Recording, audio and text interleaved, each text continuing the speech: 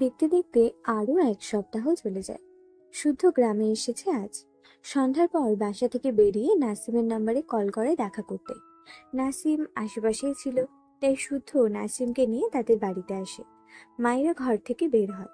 দুপুরের পর থেকে বসে বসে পড়ছিল, ঘর থেকে বের হয়নি।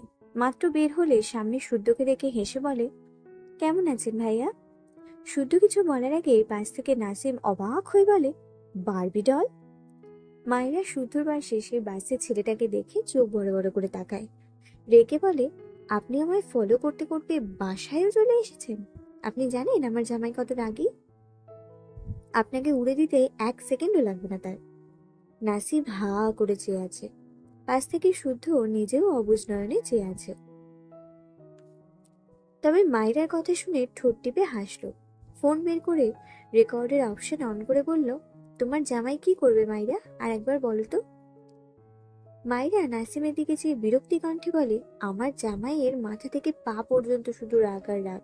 যদি জানে তার একমাত্র বউয়ের পেছনে কেউ পড়েছে, তবে তাকে ঠুস করে উড়ে দিতে 1 সেকেন্ডও সময় লাগবে না তার, বুঝলেন? শুদ্ধ হাসল। ভালোই উন্নতি হয়েছে মনে হচ্ছে এদের। হাসি থামিয়ে বলে, মাইরা, তোমার জামাইয়ের দুটো খারাপ গুণ বলো তো। মাইরা নিজের জামাই শব্দটা শুনে একটু লজ্জা পেয়ে যায়। ওটা তো কথায় কথায় বলে ফেলেছে। আর এই নাসিম তো বাইরের মানুষ, তার সামনে ইরফানকে নিয়ে বলবে কেন? শুধু বোধহয় মাইরার মনোভাব বুঝলো, তাই গলা ছেড়ে বলল, নো প্রবলেম মাইরা, ও আমাদের ফ্রেন্ড, তুমি নির্দ্বিধায় বলতে পারো। মাইরা চিন্তিত বদনে বলল, ওনাকে বলবে না কিন্তু। শুদ্ধ মনে মনে হাসে, ওকে শোনানোর জন্যই তো বলতে বলছে। উপরে উপরে মাথা নাড়ে। মায়েরা মুখ ফুলিয়ে বলে, আসলে উনি গন্ডার প্রো ম্যাক্স, ওনার অনুভূতি নেই, তার ব্যথা লাগে না। আর উনি হলো থাপ্পড় মারার যন্ত্র। ঘূর্ণিঝড় কালবৈশাখী যেমন পরিবেশ নষ্ট করতে ধেয়ে আসে, আপনার বন্ধু ওভাবে থাপ্পড় মারার জন্য আমার গালের মানচিত্র পাল্টাতে ধেয়ে আসে। আবার মাঝে মাঝে একটু মেন্টালদের মতো আচরণ করে। লাস্টে মিনমিন করে বলে, তবে একটু একটু ভালোও আছে। কথাগুলো বলে শুদ্ধর দিকে চেয়ে বলে, আপনারা তার বন্ধু বলে কিন্তু বলেছি, তাকে বলবেন না যেন।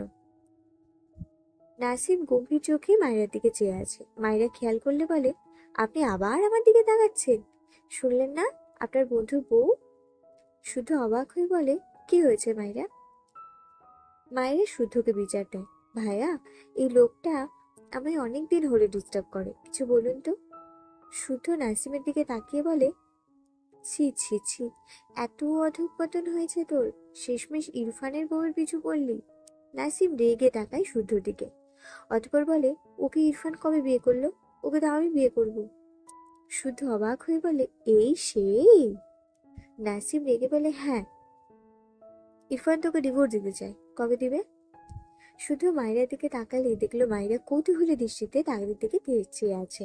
মৃদু হেসে বলে, মাইরা, মাকে ডেকে বলো আমার এক ফ্রেন্ড এসেছে। মাইরা অনিচ্ছা সত্ত্বেও মাথা ভর্তি চিন্তা নিয়ে ত্রিনা বেগমের ঘরের দিকে যায়। আসলেই ইরফান তাকে ডিভোর্স দিবে? তার বন্ধুরাও জানে? তবে তার খেয়াল রাখে যে এত। হঠাৎ মনটা খারাপ হয়ে গেল। শুদ্ধ তার ফোন পকেটে রেখে বলে, তোর মামাতো ভাইয়ের হাত কে ভেঙেছে জানিস? কে? শুদ্ধ ঠোঁট টিপে হেসে বলে, ইরফান। নাসিম চেঁচিয়ে ওঠে, কি? শুদ্ধ কানে 1 আঙুল ঢুকিয়ে বলে, আরে আসতে।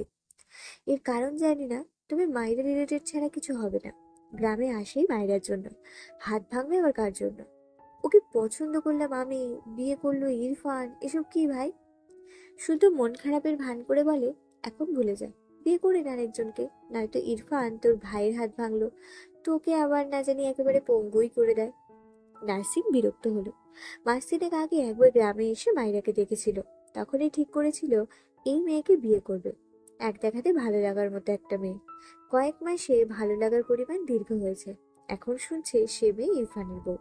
শুধু দিকে চেয়ে রেগে বলে, তোর ফালতু বকা বন্ধ কর। ইরফান যা কাঠখোট্টা মানুষ, মাইরাও বিপরীত ধর্মী। যা বলছি সব স্বপ্নেই সম্ভব, বাস্তবে না। সারাদিন আমার পা ধরে বললেও বিলিভ করবো না। ইরফান ডিভোর্স দিলে ওকে আমিই বিয়ে করবো। শুধু চোখ ছোট ছোট করে তাকালো নাসিমের দিকে। হেসে ঘড়িতে দেখলো রাত বাজে 9টা। হেসে বলল, ম্যাজিক দেখবি? নাসিম এমনিতেই রেগে আছে, মেজাজ খারাপ লাগছে। শুদ্ধর বাদরামিতে আরো মেজাজ খারাপ হচ্ছে।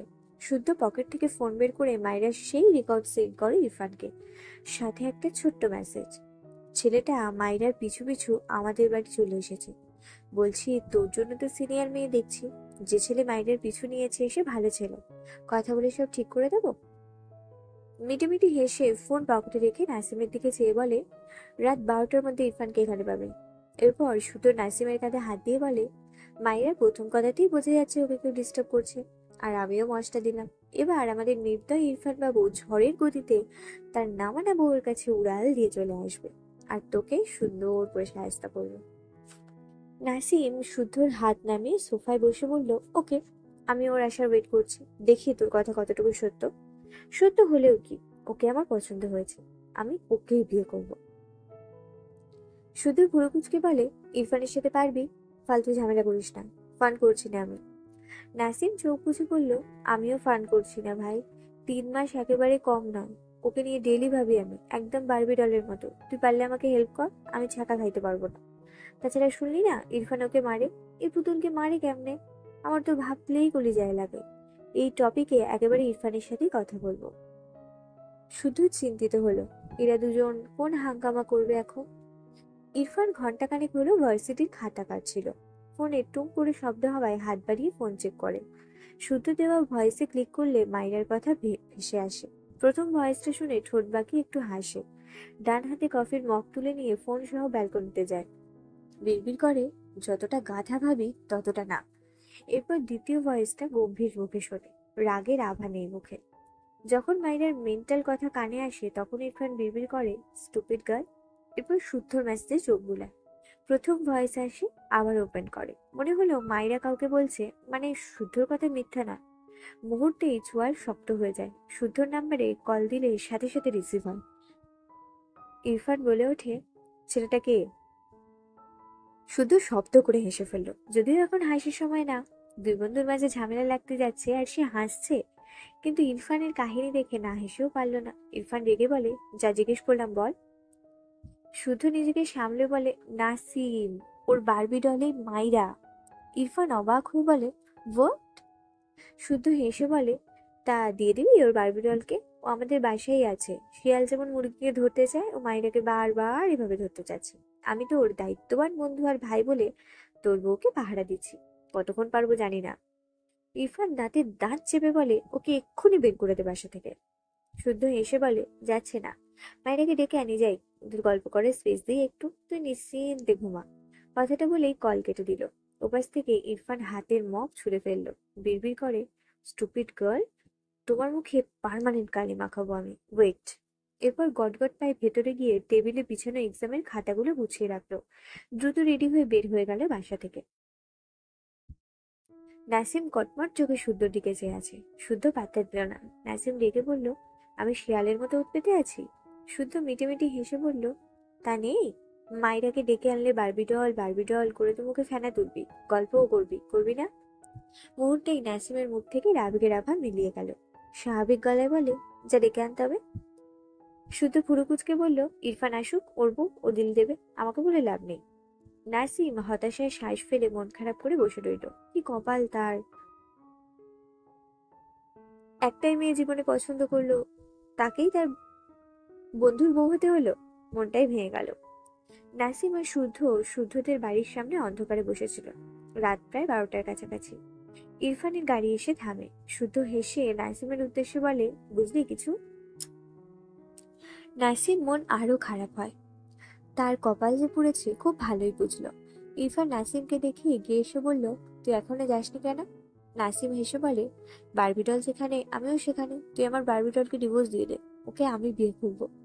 কথাটা বলতে দেরি হলেও ইরফানের নাসিমের গাল বরাবর ঘুষি দিতে দেরি হয়নি। নাসিম ইরফানকে ধাক্কা দিয়ে বলে, তোর এই হাত চালানো অফ কর তো। আমার ডলটাকেও নাকি মারিস? তোর কাছে তো ওকে রাখাই যাবে না। ইরফান আবারও তীরে যেতে নিলে শুদ্ধ পেছন থেকে ইরফানকে টেনে ধরে বলে, আরে থাম থাম, কি মারামারি শুরু করলি? আমি সমাধান করে দিচ্ছি সব। নাসিম ভুরু কুচকে বলে, আমার বারবি ডলকে কত মাত্রা না মারলি রে, তোর খবর করবো আমি। ইরফান রাগান্বিত স্বরে বলে, she is only my personal property. ওকে মারবো, কাটবো, যা ইচ্ছা করবো। হু আর ইউ টু সে?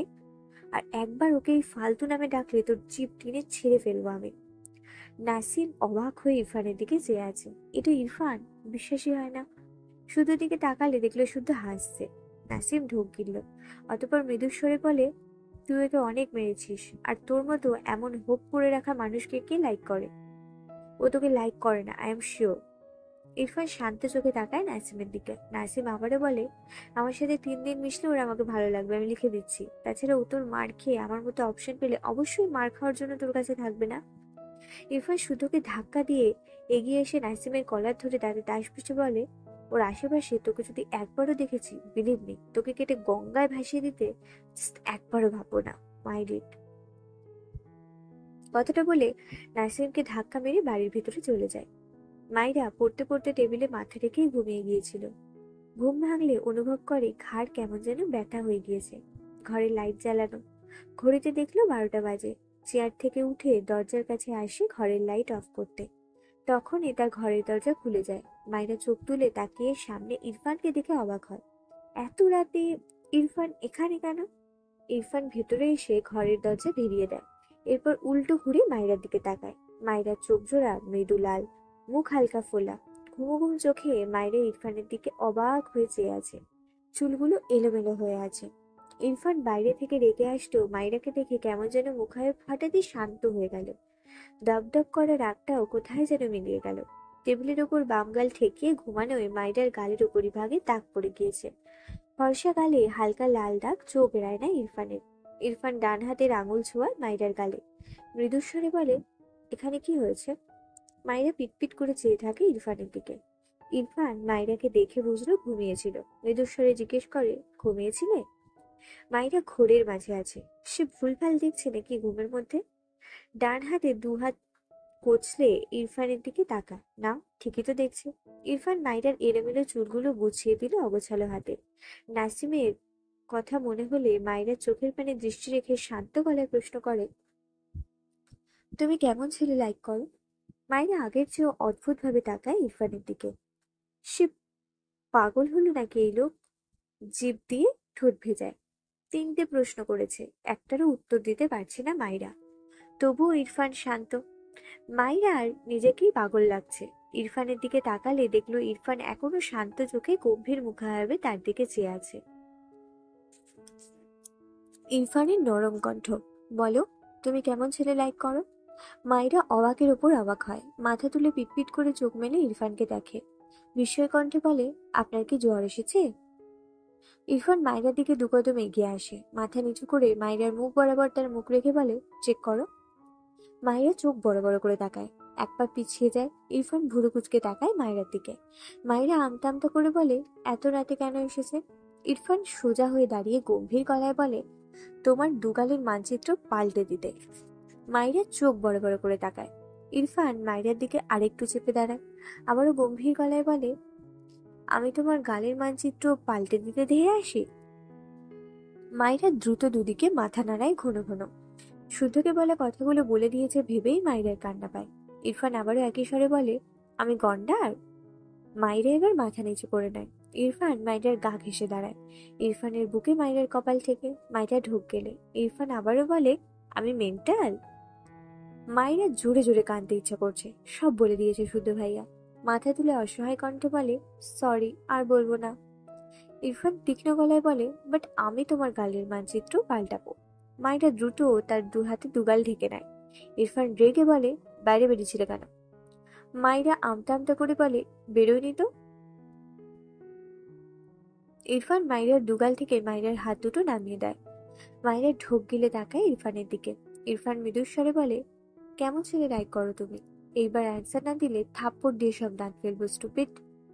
মাইরা কেঁপে ওঠে ধমক খেয়ে। বিরক্ত হয়।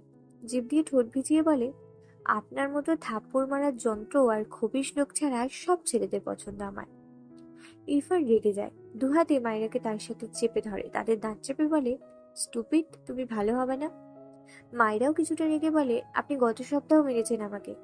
ইরফান শান্ত চোখে তাকায় মাইরার দিকে। ডান হাতের বুড়ো আঙুল দ্বারা মাইরার গাল স্লাইড করতে করতে মৃদুস্বরে বলে, কথা না শুনলে আবারও মার খাবে। মাইরা ঘন ঘন চোখের পাতা ফেলে ইরফানের দিকে তাকিয়ে থাকে। আজকাল ইরফানের দৃষ্টি তাকে তৃষ্ণার্ত কাকের ন্যায় বানিয়ে দেয়। মায়েরা কিছু বোঝার আগেই ইরফান মুখ নামিয়ে মাইরার বাম গাল কামড়ে ধরে। মাইরার চোখ বড় বড় হয়ে যায়, চেঁচিয়ে ওঠে, ইরফানকে ঠেলে সরাতে চাও।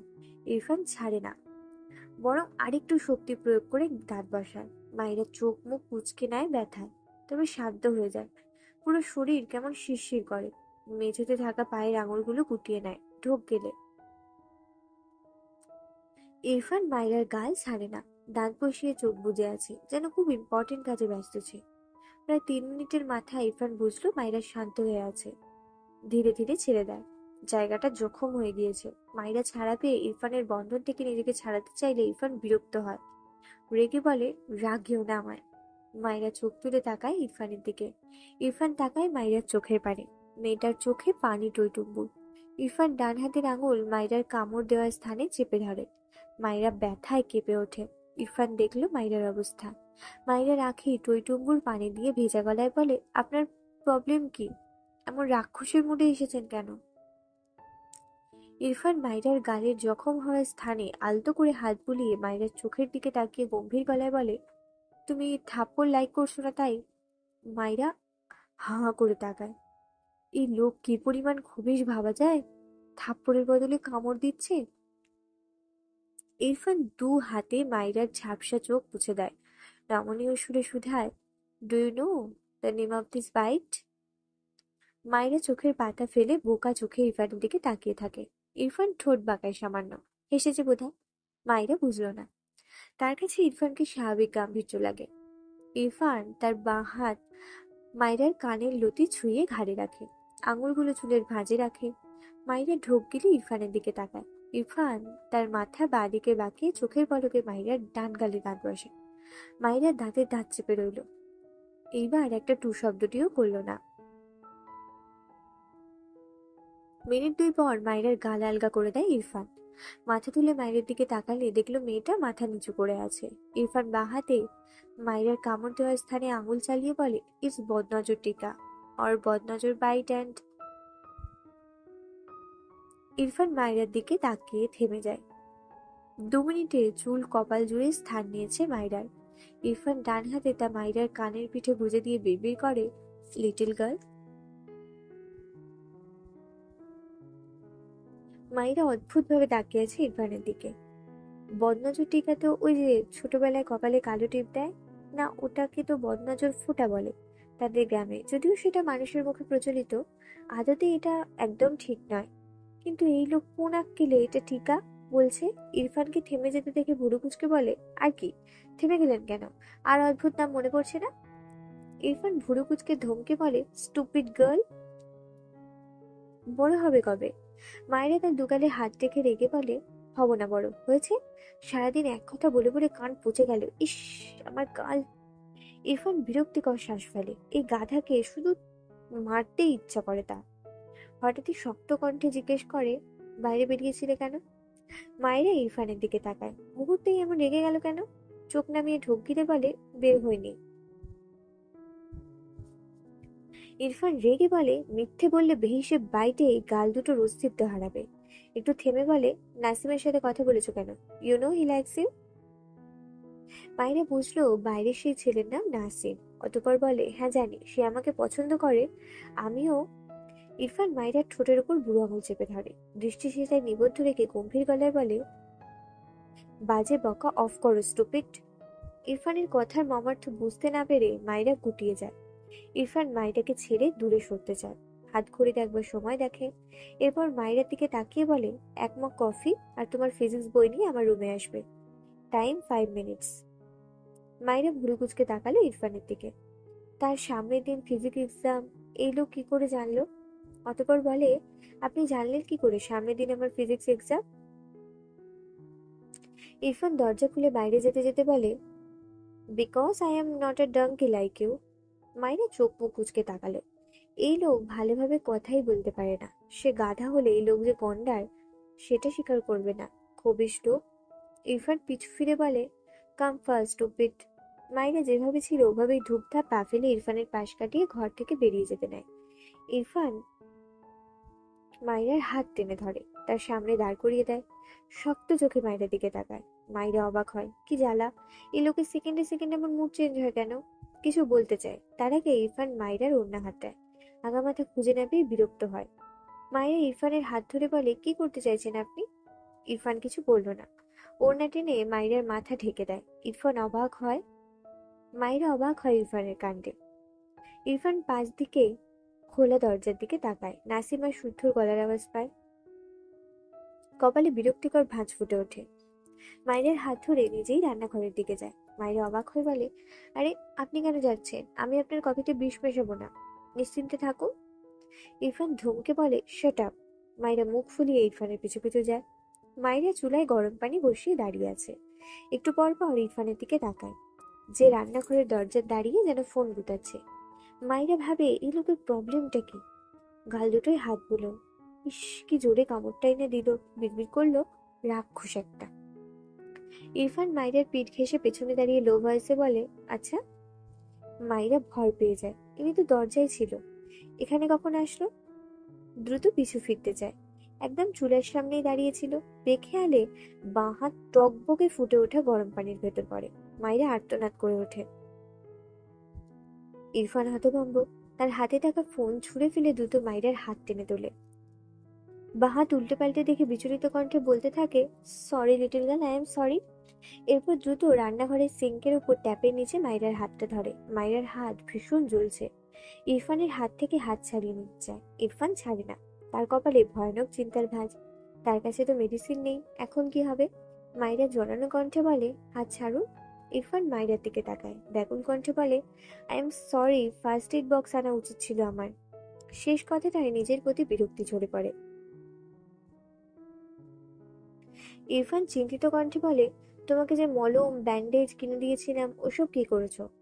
মাইরা ব্যথাতুর গলায় বলে, ফেলে দিয়েছি। ইরফান রেগে তাকায় মাইরার দিকে। ট্যাপ বন্ধ করে মাইরাকে কোলে তুলে নেয়। মাইরা চেঁচিয়ে ওঠে, আরে কোথায় নিয়ে যাচ্ছেন আমায়? হাত পুড়েছে আমার, পা নয়, নামান আমায়। ইরফান বিরক্ত হলো, তবে কিছু বলল না। তার ঘরে গিয়ে মাইরাকে বেডে বসিয়ে দেয়। মাইরা নামতে গেলে ইরফান ধমকে বলে, স্টুপিড গার্ল, আমায় রাগিও না। মাইরা হাঁ করে চেয়ে আছে। তার হাত পুড়েছে, জ্বলছে প্রচুর। আর এই লোক কি করছে এসব? অসহ্য জ্বলুনিতে না চাইতেও মেয়েটার চোখের কোণে ব্যথাতুর পানির কণা জমে। ইরফানের দিকে তাকিয়ে ভেজা গলায় বলে, অনেক জ্বলছে। ইরফান মায়ের গালে হাত দিয়ে মৃদুস্বরে বলে, এক্ষুনি আসছি, বসো।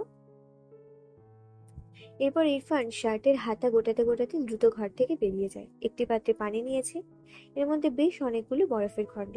ইরফান দ্রুত পায়ে মাইরার সামনে বিছানায় বসে। এরপর মাইরার হাত টেনে বরফ মেশানো পানিতে ডুবিয়ে দেয়। মাইরা এবার একটু স্বস্তি পায়। ইরফানের দিকে তাকায়। ইরফান মাইরার দিকে কেমন অশান্ত চোখে চেয়ে আছে। মাইরা কেঁদেছে এটুকু সময়, চোখ মুখে হালকা লাল আভা। হঠাৎই ইরফান মাইরার হাত ছেড়ে বসা থেকে দাঁড়িয়ে বাইরে যাওয়ার জন্য এগোলে মাইরা বলে ওঠে, কোথায় যাচ্ছে? ইরফান দ্রুত মাইরের কাছে এগিয়ে এসে খানিক ঝুঁকে মাইরার মাথায় হাত বুলিয়ে নরম গলায় বলে, ডোন্ট ক্রাই, 5 মিনিট টাইম দাও আমায়, হাত উঠাবে না এর ভেতর থেকে, ওকে? মাইরা পিটপিট করে তাকিয়ে থাকে ইরফানের দিকে। ইরফান দ্রুত বেরিয়ে যায় ঘর থেকে। মেইন গেট থেকে বাইরে বেরিয়ে দ্রুত তার গাড়ির দিকে যায়। শুধু অবাক হয় ইরফানকে যেতে দেখে। নাসিম মাত্রই ওর বাসার দিকে গিয়েছে। পেছন থেকে শুদ্ধ ইরফানকে ডেকে বলে, এই ইরফান, রাতে যাচ্ছিস কেন? কাল সকালে যাস। ইরফান কিছু একটা ভেবে দ্রুত শুদ্ধর সামনে এসে বিচলিত কণ্ঠে বলে, তোর কাছে ফার্স্ট এইড বক্স আছে? শুদ্ধ ভুরু কুঁচকে বলে, না, না পা আছে শুধু, ওসব আমার লাগে না। ইরফান বিরক্ত হয়ে ড্যাম ইট বলে আবারও এগিয়ে যায় গাড়ির দিকে। শুদ্ধ হাওয়া করে চেয়ে আছে। কি হয়েছে এর? পেছন থেকে বলে, বাড়ি চলে যাচ্ছিস? ইরফান গাড়িতে স্টার্ট দিয়ে বলে, নো। শুদ্ধ বুঝলো না। বাড়ি না গেলে এই রাতে যাচ্ছে কোথায়? সে ভেতরে গেল না, সেখানেই দাঁড়িয়ে রইল। ইরফানের মুখাবে অসহায়ত্বের চাপ। শহর হলে তো সারা রাতেও প্রবলেম ছিল না, বাট গ্রাম হওয়ায় প্রায় সব দোকানই বন্ধ। হাই স্পিডে ফাঁকা রাস্তায় গাড়ি চালায়। বেশ কিছুক্ষণ গাড়ি চালালে পাকা রাস্তায় এক কোনায় এক দোকান খোলা দেখতে পেয়ে সেখানে গাড়ি সাইড করে। দ্রুত গাড়ি থেকে নেমে দেখতো একটা ওষুধের দোকান। স্বস্তির নিঃশ্বাস ফেলে। এগিয়ে গিয়ে বলে, ব্যান্ডেজ মলম দাও ফার্স্ট। ইরফানের চেয়ে 2-4 বছরের কম বয়সী দোকানদার ছেলেটির প্রশ্ন, কোন মলম? ইরফান ভুরু কুঁচকে বলে, হাত পুড়ে যায় বলে যত মলম তৈরি হয়েছে সব। ছেলেটা একটু অবাক হয়, তবে দোকানে যা যা মলম ছিল মোটামুটি সবই বের করে আনে।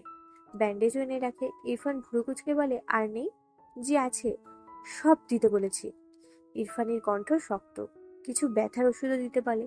ছেলেটা আর কি করে, তার দোকানে যত মলম আর ব্যান্ডেজ ছিল সবই বের করে, তাতে কিছু ব্যথার ওষুধ। এরপর সব বড় বড় প্যাকেটে ভরে সবগুলো প্যাকেট একটি বড় ব্যাগে ভরে দেয়।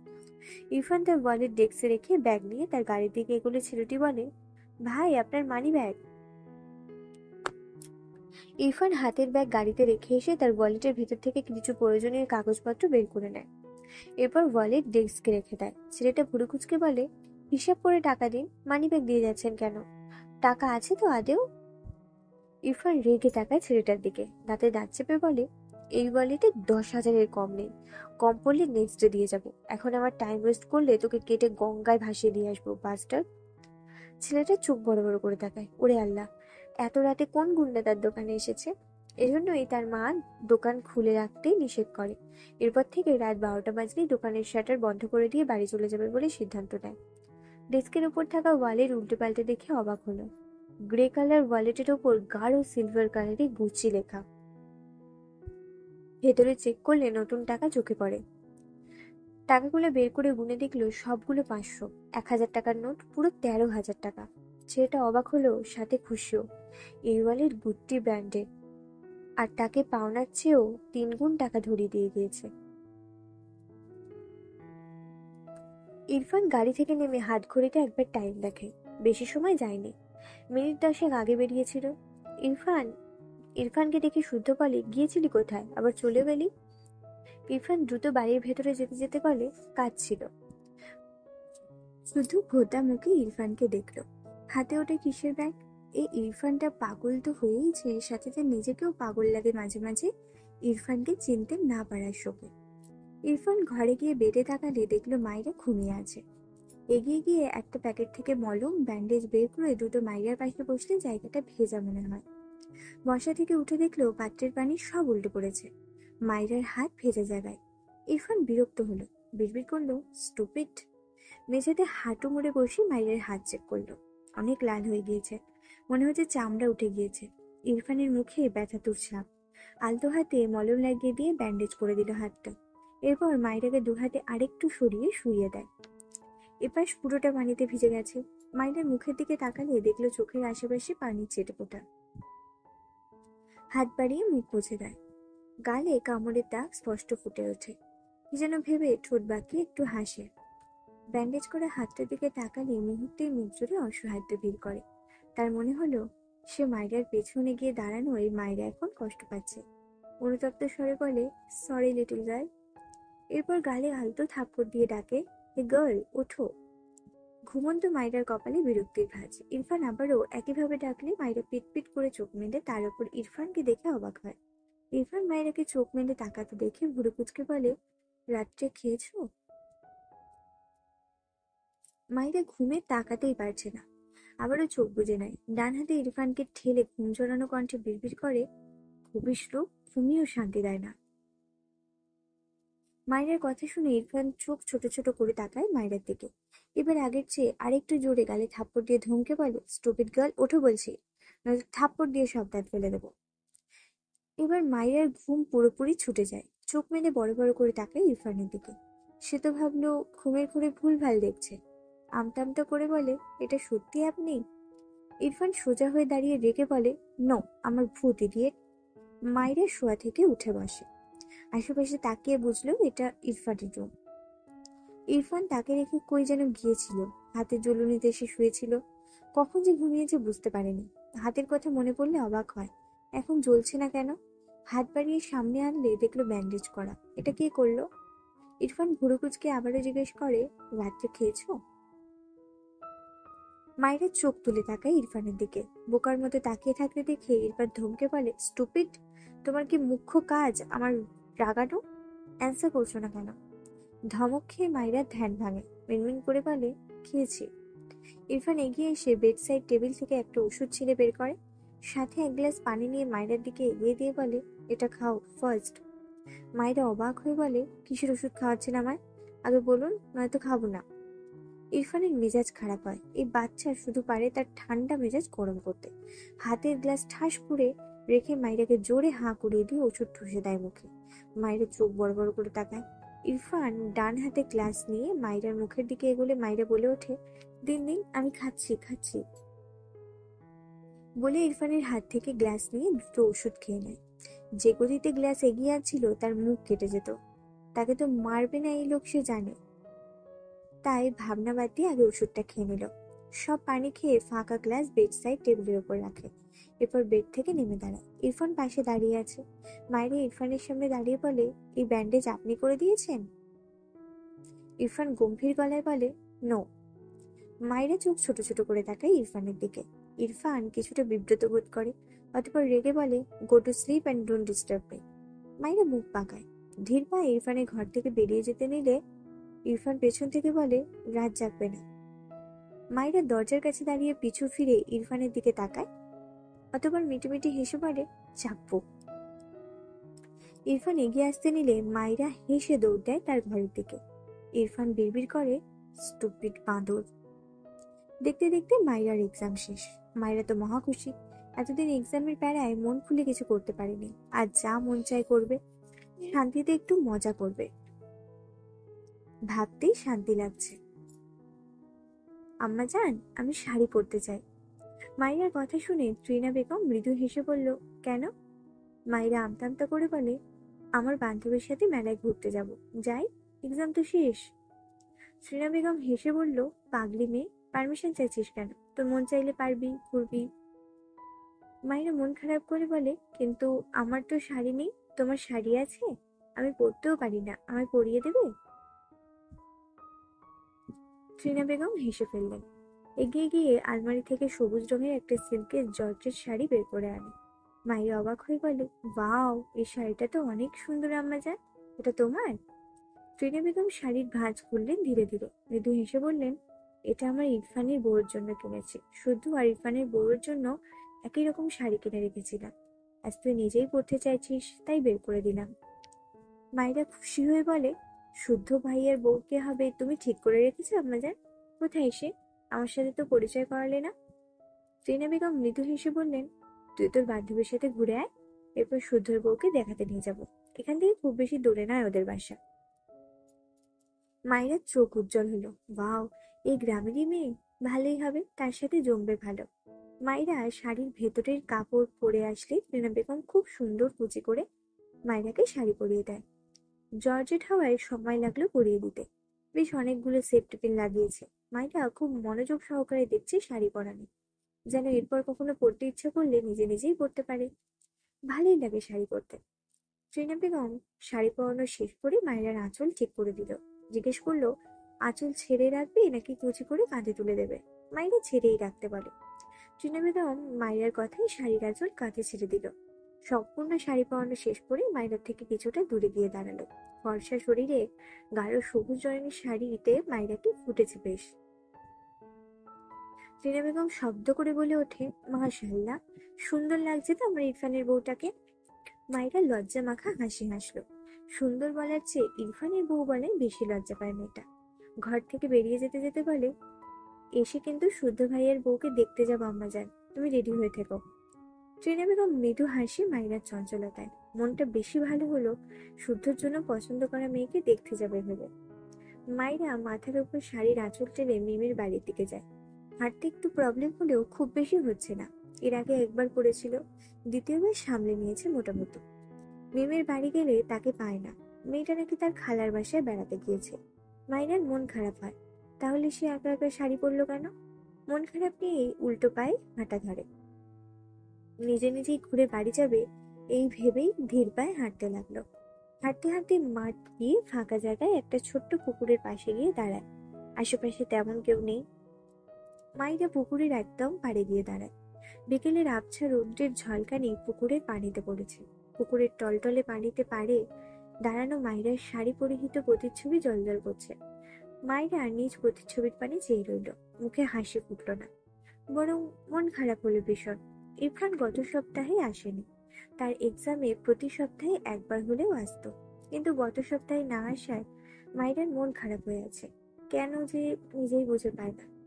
এসে তো সেই ধক্কাধক্কি করে, তবুও মাইরার ইচ্ছে হয় সে আসুক, কিন্তু আসে না। বিড়বিড় করলো, আসবেই না তো, পছন্দ করে না, আসবে কেন, পাশার লোক কি না। পাশ থেকে একটা বিড়ালের বাচ্চা মিয়াও করে ডেকে ওঠে। মাইরা ঘাড় বাঁকিয়ে মাথা নিচু করে দেখে তার পায়ের কাছে একটা ছোট্ট বিড়াল ছানা তার দিকে জলজল চোখে চেয়ে আছে। মাইরার মুখে হাসি ফুটে ওঠে। নিচু হয়ে ছোট্ট বিড়াল ছানাকে কোলে তুলে নেয়। বিড়ালের বাচ্চাটা যেন আদুরে কোল পেয়ে গুটিয়ে গেল মাইরার শরীরের সাথে। মাইরা হেসে ফেলল। কি সুন্দর, কি কিউট। ডান হাতটা উঠিয়ে আলতো করে বিড়ালের পশমী শরীর বুলিয়ে দিল। বিড়াল ছানা মাইরার দিকে চেয়ে মিয়াও মিয়াও করে ডেকে ওঠে। মাইরার মনে হলো তাকে কিছু বলছে। হঠাৎই শব্দ করে হেসে বলে, আল্লাহ, এটা কোথায় ছিল এতদিন, কি কিউট। তোকে তো আমি আমার সাথে নিয়ে যাব, কোনো চিন্তা নেই।